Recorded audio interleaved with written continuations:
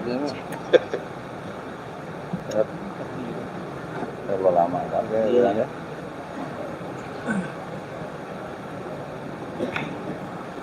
Ya Allah. What happened?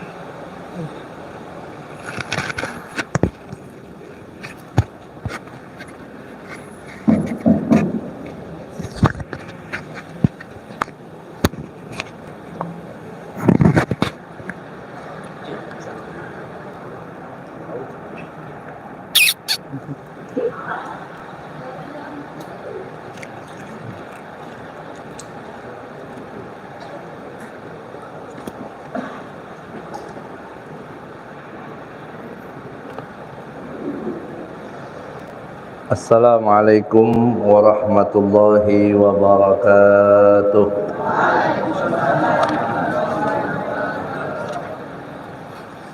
الفاتحة إلى حضرة سيدنا حبيبنا شفينا مولانا محمد صلى الله عليه وسلم وآله وأزواجه وذريته وأصحابه والتابعين سيد المهاجرين الله أحمد بن عيسى سيد العظم بكر المقدم محمد بن علي وعلى البكر المقدم ثاني حبيب عبد الرحمن سلطان سلطان الأولياء قدر من عبد القادر الجيلاني وإلى أرواح جميع ساداتنا علي وعلى وصولهم وفروعهم وخصوصا إلى رسائل الكتاب الإمام قطب الإرشاد وغوث العباد والبلاد الحبيب عبد الله بن علوي الحداد وإلى الإمام أبي شجاع بن غوث الإمام البيت عبد الله بن عبد الرحمن وأخو جميع شورى ووصولهم وفروعهم وإلى أرواح خصوصا سيد الوالد أبي شيخ بن علي بن صالح بن شيخ بن حسن الشاطئ سيد الشاطئ حفظه الله محمد بن شهاب سيد محمد بن علي بن مالك وسلطان أحمد بن محمد وإلى رحب المرمخضار بن عبد الرحمن بن عبد الله العدروس وإلى نصائب الموضوع يحيى خزاني من هاجر حبيب محمد صلى الله عليه وسلم إلى أرواح والدينا ووالديكم وأمواتنا وأمواتكم وأموات المسلمين أجمعين الله يغفر لهم ويرحمهم ويهدي درجاتهم الجنة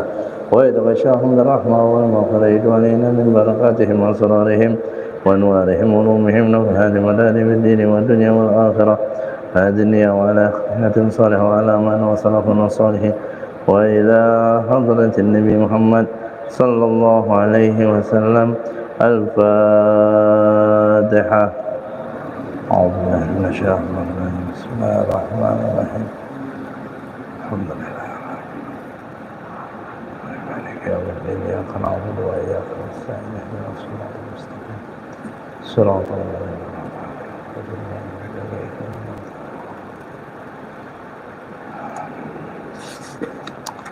بسم الله الرحمن الرحيم الحمد لله رب العالمين وبه نستعين على أمور الدنيا والدين الصلاة والسلام على أشرف الأنبياء والمرسلين سيدنا وحبيبنا وشفيعنا وقرة أعيننا ومولانا محمد وعلى آله وصحبه وجنوده وأنصاره والتابعين وتابع التابعين ومن تبعهم بإحسان إلى يوم الدين. أما بعد سبحانك لا علم لنا إلا ما علمتنا إنك أنت العليم الحكيم. فرب اشرح لي صدري ويسر لي أمري واحلل عقدة من لساني يفقه قولي. اللهم ارزقنا فهم النبيين وحفظ المرسلين وإلهام الملائكة المقربين آمين يا رب العالمين. Masyaallah hadirin jamaah yang dimuliakan Allah, alhamdulillah wa syukurillah. Hadir kembali kita dalam majlis ini berkat nikmat taufik hidayah Allah kepada kita semua. Semoga kita semua mendapatkan limpahan barakah dan rahmatnya serta ridha dan inayahnya. Mudah-mudahan Allah berikan kita panjang umur, sehat walafiat dalam ta'ah dan ibadah. Allah karuniakan kita semua ilmu yang bermanfaat. Amin ya rabbal alamin. Masyaallah hadirin yang dimuliakan Allah Subhanahu wa taala, kita lanjutkan taklim kita dalam kitab Risalatul Muawanah. Yang pembahasan kita pada malam ini melanjutkan tentang adab kita bergaul sama manusia. Qala radhiyallahu ta'ala anhu nafa'ana Allah wa iyyakum bihi wa bi'ulumihi fid dharain amin ila an qala wa 'alaika bi ta'limil jahilin wa irsyadid dhallin wa tazkiril ghafilin. Al-Imam Al-Haddad melanjutkan nasihat wasiatnya kepada kita semua dengan ungkapan beliau, wa 'alaika bi ta'limil jahilin, dan hendaknya kamu mengajari orang-orang yang jahil, orang-orang yang bodoh, wa irsyadid dhallin,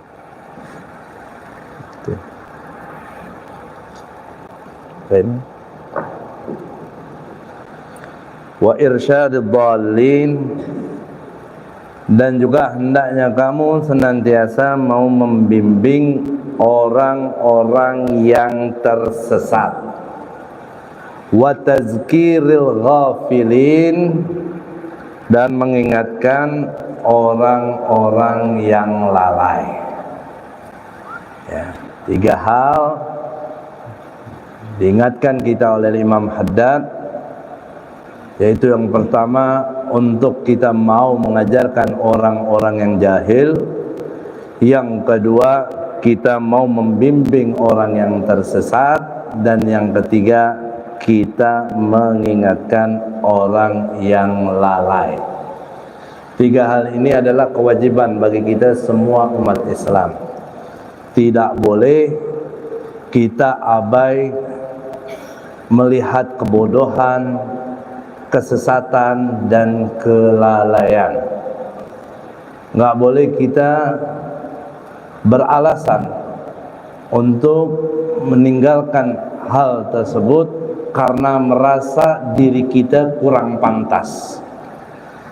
Kadang ada orang melihat kebodohan, kesesatan, dibiarkan.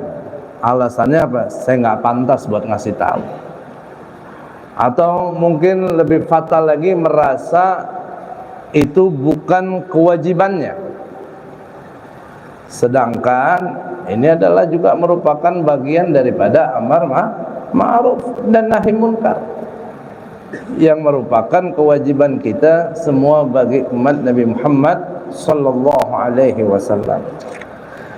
Beliau katakan, wahdzar antada dzalika, dan jangan sampai kau tinggalkan itu semua, qailan, seraya kau mengatakan, innama yu'allima wa yudzakkira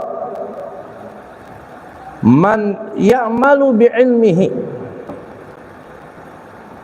Jangan sampai kau tinggalkan itu semua dan kau katakan, sungguhnya orang yang mengajar, orang yang mengingatkan itu adalah orang-orang yang mengamalkan ilmunya. Wa ana lastu kadzalika, sedangkan aku tidak seperti itu. Nah, ini termasuk alasan yang banyak dibuat-buat nih. Ketika kita nggak mau ngajarin orang, nggak mau ngingetin orang, nggak mau membimbing orang, katanya apa? Saya belum pantas karena saya sendiri aja belum mengamalkan. Jangan sampai kita melihat kebodohan kita biarkan, kesesatan, kesalahan kita biarkan dengan alasan karena kita sendiri masih belum benar. Au inni lastu bi ahlin lil irsyad, atau beralasan sungguh aku ini bukan orang yang pantas untuk membimbing. Li'annahu min akhlaqil kabair, karena sesungguhnya orang yang membimbing itu adalah sifat orang-orang besar. Yang pantas membimbing adalah ulama, sedangkan saya ini orang biasa. Wa hadza kulluhu talbisun minasyaitan, Ini semua adalah merupakan tipu daya setan. Hadirin yang dimuliakan Allah, jadi jangan sampai kita terkena tipu daya setan dengan kita meninggalkan kewajiban-kewajiban kita dengan beralasan uzur yang tidak dianggap oleh syariat. Ya, tadi disebut dua alasan populer yang banyak dijadikan alasan oleh kita. Kenapa ente nggak tegur? Kenapa ente nggak ajarin? Kenapa ente nggak bimbing tuh orang? Ana nggak pantas. Ana ini bukan orang berilmu. Ana nggak pantas karena ana sendiri aja belum mengamalkan ilmunya. Lah, nggak boleh kita beralasan seperti itu. Ya, di mana kita melihat kebodohan, kesesatan, kelalaian, di situ kewajiban kita untuk membimbing dan membenarkannya. Tidak boleh kita abai untuk itu semua. Fa inna ta'lima wat tadhkira, sesungguhnya at-ta'lima mengajarkan, wat-tazkira dan mengingatkan, min jumlatil amali bil ilmi, itu masuk bagian dari mengamalkan ilmu. Kalau kita tahu itu salah dan kita mengerti mana yang benar, kasih tahu. Walaupun mungkin kita masih belum benar, belum mengamalkan ilmu yang kita tahu itu, tapi dengan kita memberitahu kebenaran, ya, menghilangkan kebodohan dari orang itu juga bagian daripada mengamalkan ilmu. Wal akabiru masaru akabira, orang-orang besar mereka tidak menjadi orang besar, orang mulia, illa bifadlillah, kecuali itu berkat karunia Allah, wal amalu bi ta'atihi, dan beramal dengan mentaati Allah, wa irsyaduhum ibadallah ila sabilillah, dan berkat bimbingan mereka kepada hamba Allah ke jalan Allah. Jadi kalau seandainya kita bilang, ya kalau dakwah ngajak orang baik, ngajarin orang, itu mah tugasnya ulama, bukan tugasnya saya. Ya. Itu alasan yang kita buat. Itu alasan yang kita buat-buat. Itu bagian daripada tipu daya setan. Tapi yang namanya ngajak kebaikan, ngajarkan kebaikan, mengingatkan orang akan kelalaian, itu udah kewajiban bagi kita semua. Wal 'asri innal insana lafi khusrin illa alladhina amanu wa 'amilus salihati wa tawasaw bil haqqi wa tawasaw bis sabr. Semua orang rugi kecuali dia orang beriman dan dia beramal soleh dan mau tawasaw bil haqq wa tawasaw bis sabr, saling mengingatkan, saling mewasiati tentang kebenaran dan sabar. Kalau kita nggak demikian, walaupun kita mukmin, nanti masih kita menjadi mukmin yang merugi di yaumul qiyamah. Kalau kita bilang itu mah tugasnya orang-orang besar, tugasnya ulama, Imam Haddad tegaskan, seorang mendapatkan kedudukan yang tinggi, menjadi orang mulia, orang besar, satu, karena itu adalah karunia-Nya Allah. Kedua, karena taatnya dia kepada Allah. Ketiga, juga berkat mereka mau membimbing hamba Allah. Maka dia diangkat derajatnya sama Allah Subhanahu wa ta'ala. Apa kita nggak ingin menjadi orang yang mulia, yang besar juga di sisi Allah Subhanahu wa ta'ala? Jangan kalau kita sudah sadar kita nggak dapat kedudukan di sisi Allah, kemudian kita nerima keadaan itu. Hina di mata manusia aja kita nggak mau. Masa kita rela kalau kita berada di posisi hina di sisi Allah, di mata Allah? Kita nggak terhormat aja di dunia kita nggak mau. Masa kita rela nanti di akhirat kita jadi orang yang nggak terhormat, yang hina, yang celaka? Kalau kita berjuang untuk kesenangan, kehormatan, kemuliaan di dunia, bahkan di mata manusia, lebih pantas lagi kita untuk memperjuangkan diri kita agar menjadi hamba Allah yang mulia di sisi Allah. Jangan justru kita qanaah, oh saya nggak pantas, saya bukan siapa-siapa. Loh, ente tahu memang dengan ulama mungkin skalanya beda dalam memberikan bimbingan. Kalau ulama bisa membimbing mungkin dari majelisnya, dari mimbarnya, ya dari manapun mereka bisa lakukan. Kalau kita bukan yang kategorinya ulama, bukan berarti tertutup pintu dakwah buat kita, enggak. Kita bisa melakukan itu dengan langsung personal. Enggak mesti harus di muka umum. Kita ngelihat ada orang salah, kita ajarin. Ngelihat ada orang wudhunya nggak benar, kita tunjukin dengan uslub, dengan cara yang baik, yang sekiranya kita punya taklim, pengajaran, arahan, nasihat bisa diterima. Andai kata kita udah kasih tahu, orang masih nggak mau dengar juga, orang nggak nganggap juga sama kita, siapa elu? Kadang kan begitu. Masa bodoh, itu urusan dia. Yang penting kewajiban kita sudah kita jalankan. Nggak ada keharusan kita ngajak orang baik tuh orang kudu jadi baik juga karena kita. Nggak ada keharusan kita berdakwah, dakwah kita harus diterima oleh semua orang.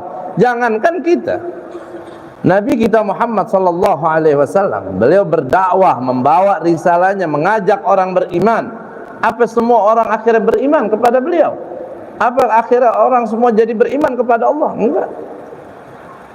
Abu Lahab masih kafir, Abu Jahal masih kafir, banyak orang-orang kafir lagi yang tidak menerima dakwanya Rasulullah sallallahu alaihi wasallam.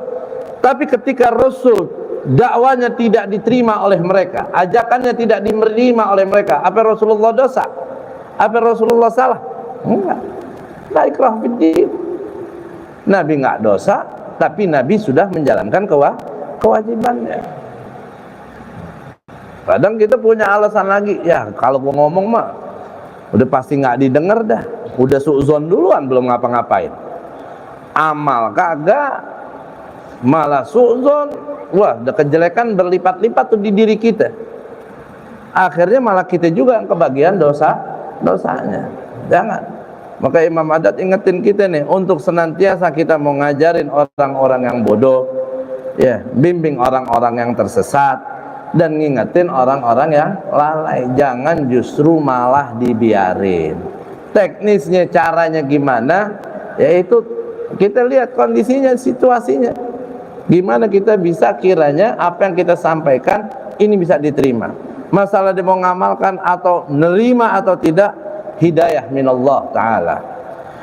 Wa idza lam takun ahlan, dan jika kau merasa kau bukan orang yang pantas, ya, saya nggak pantas buat ngajarin, buat ngingetin, buat ngasih tahu, ya. Izalam takun ahlan, jika kau merasa tidak pantas, bukan ahlinya, falaisa laka tariqun ila husulil ahliyah, maka tidak ada jalan bagimu hingga kamu bisa sampai ke titik ahlinya, sehingga kau menjadi orang yang pantas, illa kecuali fi'lal khair, dengan cara kamu melakukan kebaikan, wad du'a ilaih, dan mengajak pada kebaikan. Anda nggak pantas buat ngajarin orang, Anda nggak pantas buat ngingetin. Loh, kalau emang nggak pantas, maka nggak ada cara buat kita menjadi pantas, biar jadi baik, kecuali dengan apa? Dengan kita melakukan kebaikan dan mengajak pada kebaikan. Jangan udah merasa nggak pantas, berbuat baik kagak, ngajak baik juga enggak. Terus mau jadi apa kalau kita begitu? Ya. nggak ada guna, nggak ada manfaat. Sedangkan Nabi Shallallahu Alaihi Wasallam mengatakan ad-dinun nasihat, agama itu nasihat. Beragama, jangan sungkan kita untuk memberikan nasihat, dan juga jangan sampai kita enggan menerima nasihat. Wa innama syu'mu fid da'wa wad du'a ila ghairil haq. Dan sesungguhnya yang betul-betul jelek, yang buruk itu adalah kalau ada orang sudah mengaku dirinya berbuat atau mengaku dirinya buruk dan dia mengajak pada keburukan. Ya. Kalau sadar dirinya dia bukan orang baik, maka nggak ada cara buat dia menjadi baik kecuali dia melakukan kebaikan dan mengajak pada kebaikan. Yang betul-betul nggak baik, yang buruk, udah tahu buruk, nggak baik, tetap dia melakukan keburukan, amal yang tidak terpuji, bahkan dia mengajak pada keburukan. Itu yang kacau, itu yang bahaya. Maka yang sering kita dengar ya, bahwa manusia ini ada 4 macam. Ada rajulun yadri wa yadri annahu yadri. Seorang yang dia disebut mengetahui, punya ilmu, wa yadri, dan dia tahu, dia sadar, annahu yadri, bahwa dirinya berilmu. Fadzalika alimun, orang tersebut adalah yang disebut sebagai orang alim. Fattabi'uh, orang yang kayak gitu maka ikutilah. Ini kasta paling tinggi, yang paling bagus. Punya ilmu, sadar dirinya berilmu, itu namanya orang alim. Orang kalau punya ilmu, sadar dirinya berilmu, artinya dia punya ilmu pasti diamalkan.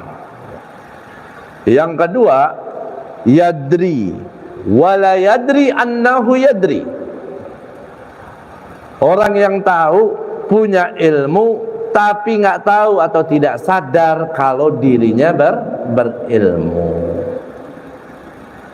Fadzalika ghafilun fanabbihu, maka orang tersebut disebut orang yang ghafil, orang yang lalai.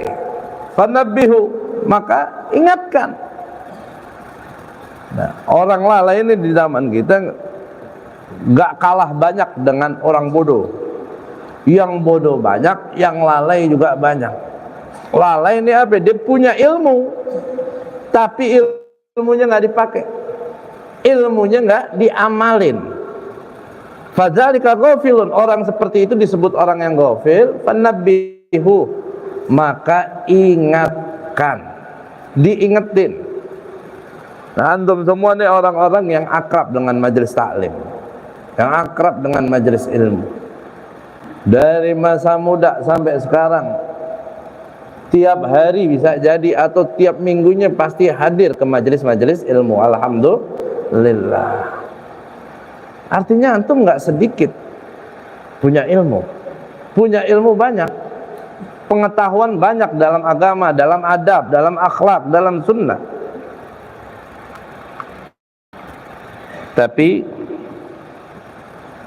apa udah kita amalin semua tuh ilmu yang kita dapat, sunnah yang kita dapat? Mungkin banyak yang kita tinggalkan, yang kita lalaikan.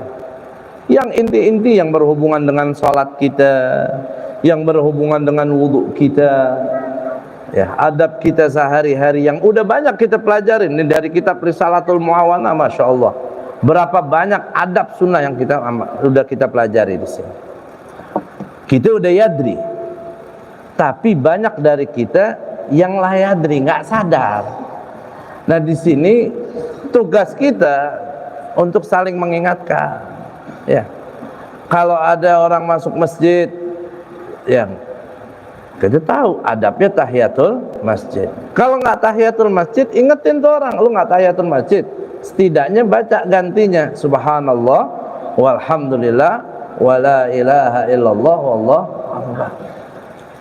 Adab masuk masjid, kita dianjurkan untuk niat iktikaf. Nggak sedikit orang masuk masjid lalai, dia nggak niat iktikaf. Nggak ada salahnya antum kalau taklim tanya sebelah antum, lo udah niat iktikaf belum? Jangan lupa. Ya, itu namanya tazkirul ghafilin. Itu kita ngingetin orang yang lalai. Pahalanya gede. Ad-dalu 'alal khairi kafa'ilihi. Kata Nabi, orang yang nunjukin kebaikan, dia dapat pahala seperti orang yang ngerjain itu kebaikan. Ente dapat iktikaf dengan iktikaf ente sendiri, dengan ente ingetin tuh orang iktikaf, dia jadi iktikaf, dapat pahala iktikaf lagi dari dia. Nggak ada ruginya. Ya. Ini yang kedua, yadri wala yadri annahu la yadri. Bisa jadi banyak dari kita ini di kalangan yang kedua ini. Yang ketiga, rajulun la yadri wa yadri annahu yadri. Seorang yang tidak tahu, tidak punya ilmu, wa yadri, tapi dia tahu, dia sadar, annahu la yadri, bahwa dirinya nggak tahu, bahwa dirinya nggak berilmu, nggak punya ilmu, dia bodoh, tapi sadar dirinya bodoh. Fadzalika mustarsyidun, maka orang itu disebut mustarsyid, orang yang butuh bimbingan. Fa'arsyiduhu, maka bimbinglah dia. Nah, ente kalau dapetin ada orang butuh bimbingan, ada orang nanya hukum, ente tahu, ente bisa bimbing, lakuin. Seandainya belum maksimal, ya bisa ente arahin nanti untuk datang ke majelis taklim atau untuk bertemu seorang guru. Tapi setidaknya di situ tanamkan dulu saham kebaikan antum pada diri dia. Jangan, ya lu kalau nanya itu jangan nama gua dah, gua aja belum benar-benar banget. Jangan. Ya. Tapi kasih tahu semampunya apa yang kita bisa, apa yang kita tahu. Jangan aji mumpung ada orang nanya butuh bimbingan, malah aji mumpung nih jadi sok tahu.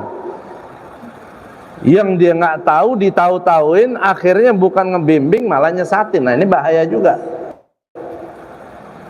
Ingat, setan itu bakal nggoda kita di mana aja, di sela apa aja setan bisa masuk, terutama di dalam kebaikan.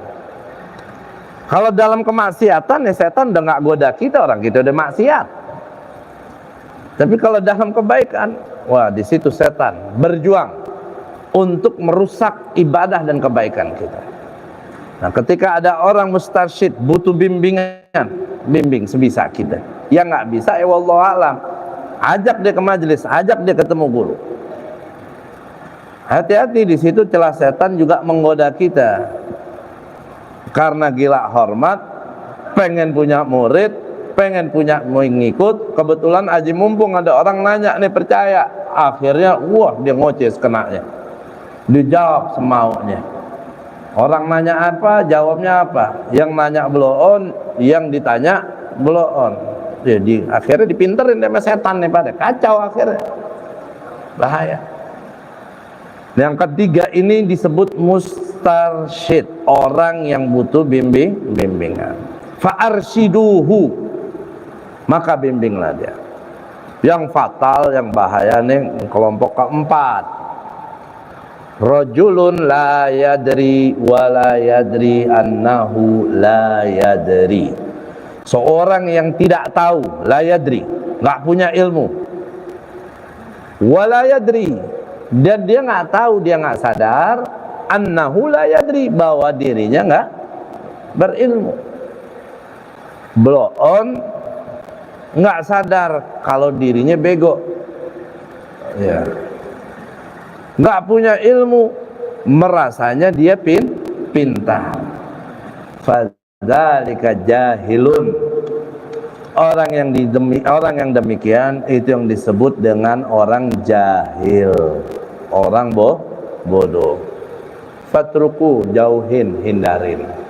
Ya, karena orang begitu nggak nyelamatin kita, dan kita susah juga untuk nyelamatin dia. Dikasih tahu, ya, bukannya makasih malah ngejawab lebih pintar lagi. Ya, kasarnya nih fatruku, hindarin, tapi bukan berarti kita abai, kita lepas begitu aja. Ya, artinya tipikal orang begini, jahil seperti ini, itu jauh lebih sulit dibenahi daripada yang ketiga. Kalau yang ketiga nggak tahu, diajarin kena mau. Kalau yang keempat diajarin dia ngotot, merasa lebih pintar, merasa lebih tahu. Bocah baru kemarin lu mau ngasih tahu, gue tahu kecil lu kayak apa. Bapak lu dulu teman main gua, dan sekarang lu mau nasihatin gua. Baru ngaji sebentaran aja udah merasa pinter banget. Nah, ini repotnya orang kalau udah begini. Ini yang disebut dengan jahil murakkab. Begonya numpuk. Ya, begonya double, bego bin tolol bin dungu.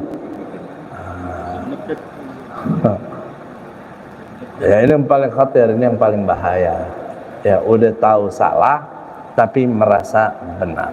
Ala kulli hal, Al-Imam Al-Haddad mengingatkan pada kita semua untuk jangan segan kita berbagi ilmu, jangan segan untuk kita saling mengingatkan, untuk saling menasehati. Jangan sampai kita meninggalkan itu semua dengan alasan karena merasa diri kita nggak pantas, karena bukan ustadz, karena bukan ulama, karena belum cukup ilmu atau belum mengamalkan ilmu. Itu alasan-alasan merupakan tipu daya setan semua.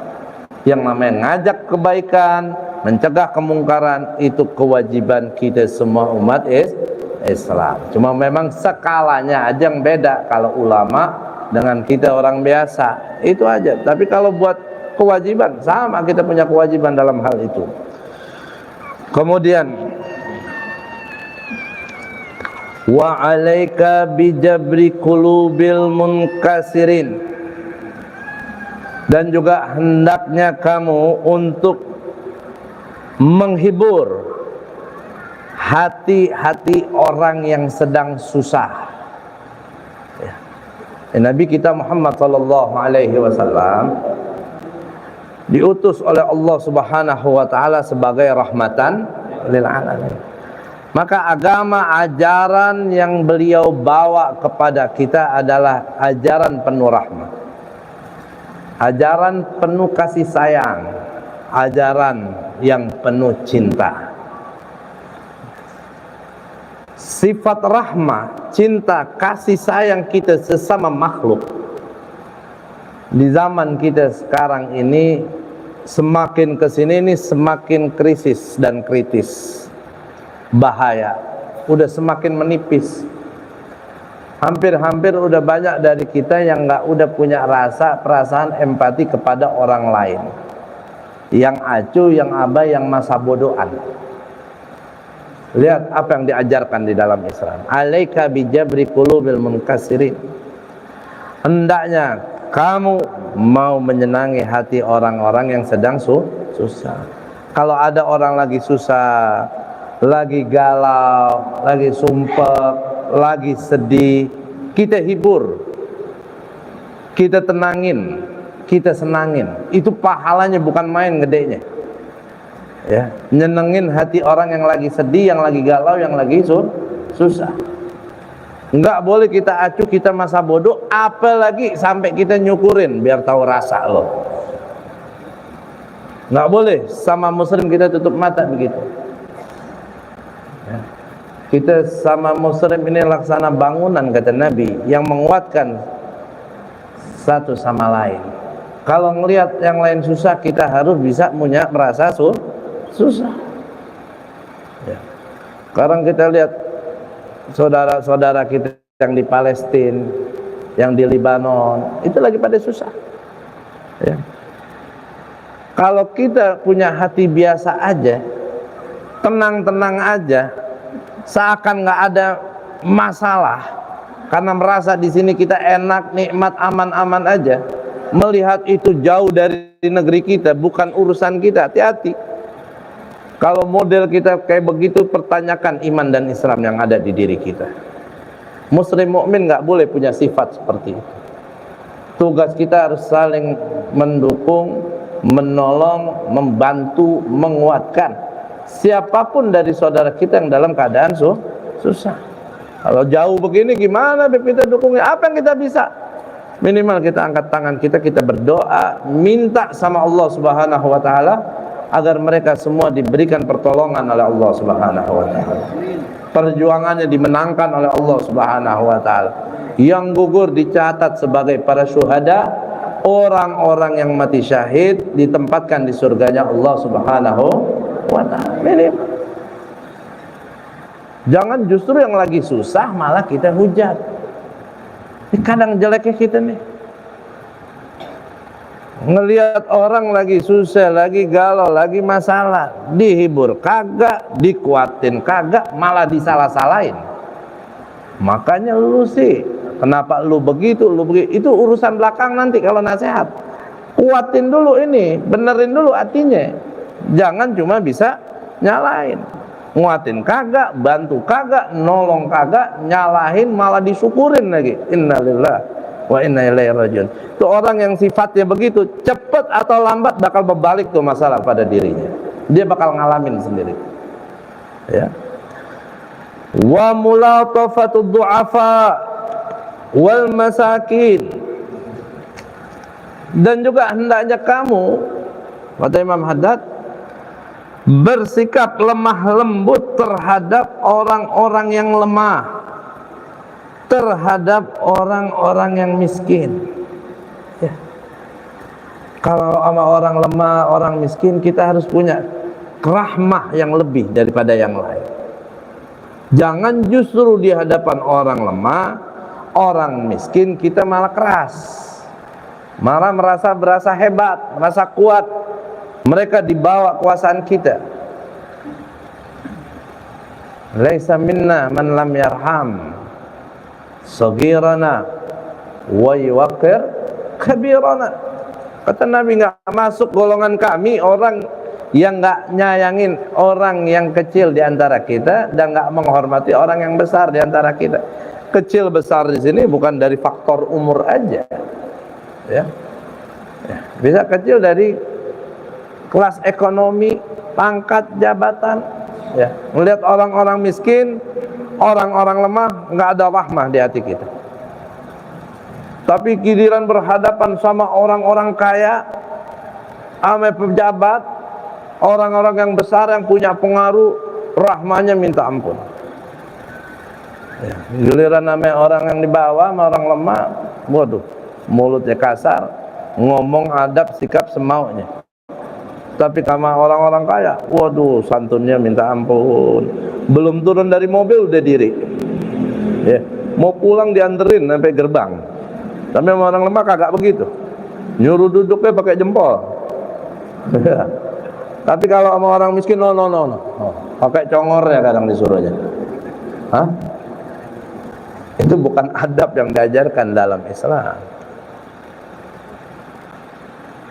Dan Nabi kita Muhammad sallallahu alaihi wasallam, ya, kalau kita baca Maulid Simtudurat, idza da'ahul miskin ajabahu ijabatan muajjalah.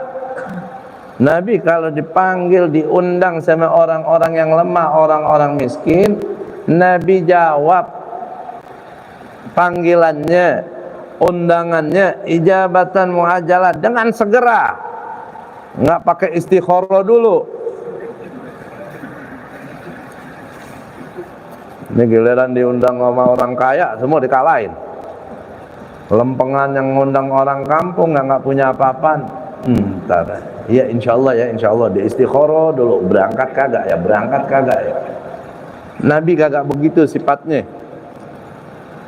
Nabi kita Nabi yang rahmah. Nah, sifat rahmah di kita nih perlu kita timbulin lagi. Ya, tanpa kita pandang bulu. Ya, apalagi kalau kita bisa rahmat sama orang-orang yang di bawah, yang lemah, sama orang-orang yang susah. Sayyidina Umar bin Al-Khattab radhiyallahu taala anhu, ya, ketika beliau menjadi khalifah, tiap hari, tiap malam beliau keliling ngeliatin kondisi keadaan rakyatnya yang susah, yang sakit, dicari sama beliau. Ya pasti beliau nggak bisa menjangkau semua. Beliau punya menteri-menteri kalau di kita, ya, punya wakil-wakil, kaki tangan di bawahnya. Semuanya ditugasin untuk melihat kondisi keadaan rakyatnya seperti apa. Kalau sampai ada Sayyidina Umar tahu anak buahnya yang nggak mau atau tidak tahu ada rakyat yang susah, ada yang sakit, nggak dibantu, nggak dijenguk, ya, nggak dibantuin, nggak ditolongin, Sayyidina Umar nggak panjang pikir, itu orang langsung dipecat oleh Sayyidina Umar. Ya. Kalau seandainya ada rakyat yang sakit, ada yang susah, nggak dibantu, nggak ditolongin, yang udah diberikan amanat nggak jalanin, mau sengaja atau mungkin lupa atau nggak kejangkau atau apa, Sayyidina Umar marah. Ya. Sayyidina Umar marah dan dicopot itu orang seperti itu. Sayyidina Umar dikenal galak, tegas, tapi apa? Rahmatnya beliau terhadap umat Nabi Muhammad sangat besar. Ya. Kasih sayangnya dia sama umat hebat. Dia tegas, galak sama kemungkaran, sama yang nggak baik. Tapi buat kebaikan, oh rahmatnya besar banget. Ya. Makanya Allah Subhanahu wa taala sebut sifat orang-orang yang bersama Nabi besar Muhammad sallallahu alaihi wasallam dalam firman-Nya, Muhammadur Rasulullah walladzina ma'ahu asyidda'u 'alal kuffari ruhama'u bainahum. Nabi Muhammad adalah Rasulullah dan orang-orang yang bersamanya mereka adalah orang yang tegas terhadap orang kafir, tapi mereka saling mengasihi, menyayangi satu sama lain di antara mereka. Maka ketika beliau jadi khalifah, wah, betul-betul beliau merhatikan semua rakyatnya. Siapa yang sakit, siapa yang sulit, selalu dibantu. Bukan cuma nyuruh kaki tangan aja, beliau sendiri keliling. Beliau sendiri yang bawa itu bantuan. Dan banyak kisah tentang dan khulafaur rasyidin yang lainnya, bagaimana rahmat mereka terhadap umat baginda Nabi besar Muhammad sallallahu alaihi wasallam. Ya, mulatafatud du'afa wal masakin wa muwasatul mugillin, dan juga hendaknya kamu mau membantu orang-orang yang enggak punya, orang-orang yang susah. Al-mugil ini orang yang sulit ekonominya. Wat taisiri 'alal mu'sirin, memberikan kemudahan terhadap orang-orang yang dalam kesulitan. Ini akhlak yang harus kita hidupkan lagi pada diri kita. Orang yang susah kita bantu, ya, orang yang dalam kesulitan kita bantu, kita tolongin. Jangan kita tutup mata dari itu semua. Bantu sebisa dan semampu kita. Ya. Kalau kita lihat baginda Rasul sallallahu alaihi wasallam, siapapun, bahkan bukan cuma orang Islam aja yang dibagi sama Nabi, yang dibantu sama Nabi. Nabi dikenal orang yang tidak pernah mengatakan la atau tidak bagi orang yang meminta pertolongan dan bantuan darinya. Kalau kita dimintain tolong, dimintain bantuan, kadang iya, kadang kagak, kadang nggak bisa. Ya, mungkin banyak nggak maunya, banyak menolaknya kalau kita. Ya. Nabi tidak pernah sekalipun, ya, ketika dimintain tolong, Nabi bilang kagak bisa, apalagi kagak mau. Andai kata beliau tidak punya apa-apa, Nabi suruh tuh orang beli sesuatu atau meminjam atas nama Nabi kita Muhammad sallallahu alaihi wasallam. Andai kata ada orang datang mau minta beras, mau minta gandum sama Nabi nih, Nabi lagi nggak punya, Nabi suruh ente datang tuh ke fulan yang jual gandum, ente ambil gandumnya, suruh dia catat utang atas nama saya. Itu Rasulullah sallallahu alaihi wasallam. Nggak punya diminta aja kagak nolak. Kita punya diminta nolak. Lagi nggak punya diminta, bukan mau nolak lagi, mencak-mencak bisa. Emang lo doang yang susah.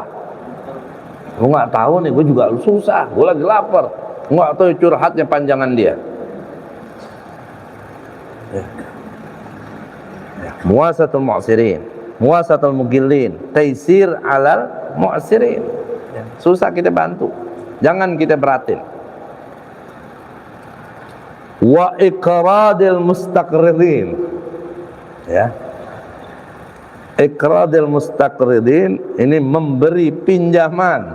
Ini jangan disalah artiin nih, ya. Memberi pinjaman bagi orang yang meminjamnya, ya.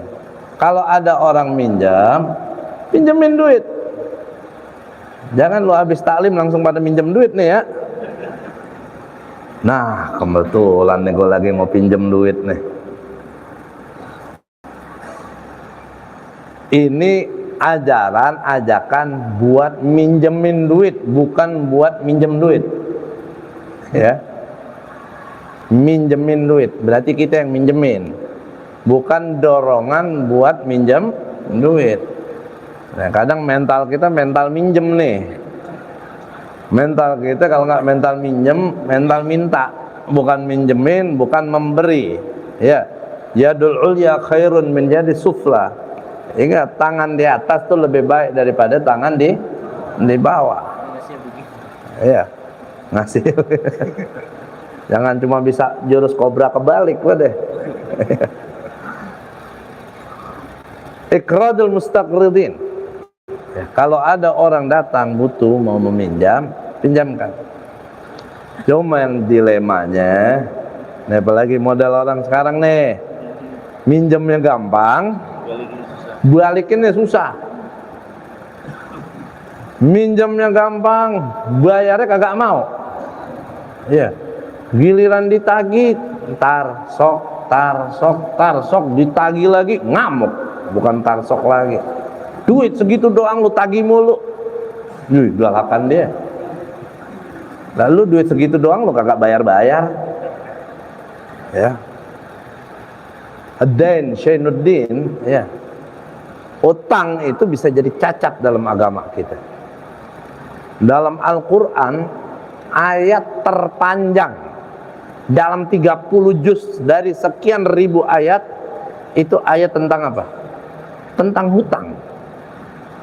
Antum melihat di surat Al-Baqarah itu satu halaman sebelum akhir, satu lembar tuh, satu halaman dari atas sampai bawah, satu ayat itu semuanya tentang utang.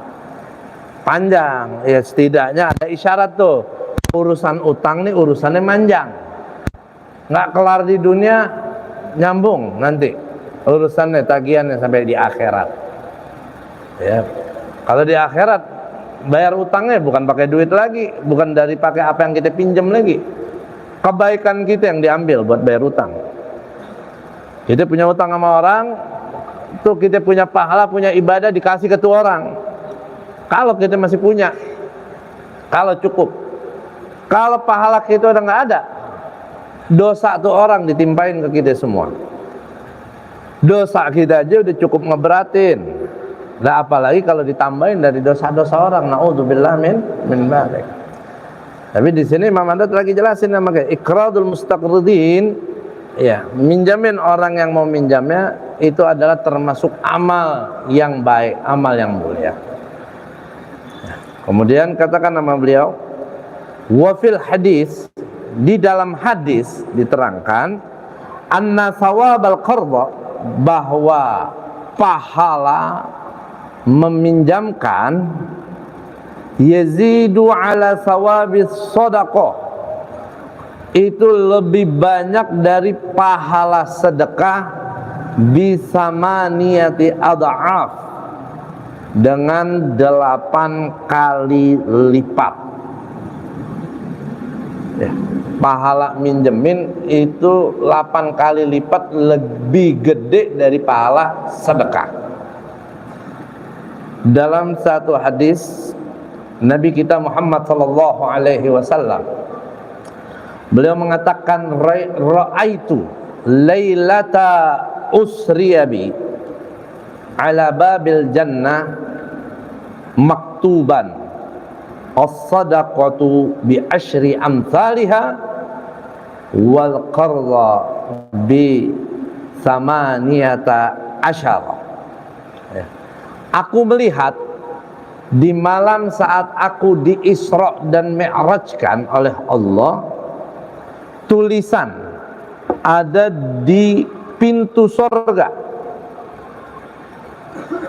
pahala sedekah 10 kali lipat, pahala memberi pinjaman 18 kali lipat.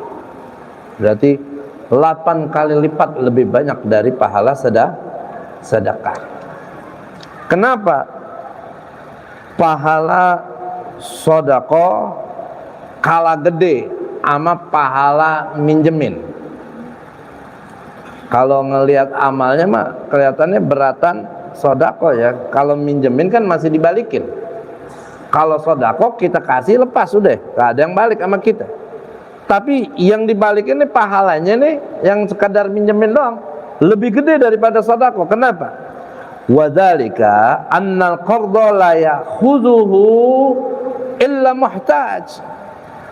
Hal itu yaitu memberi pinjaman pahalanya lebih besar daripada sedekah. Kenapa?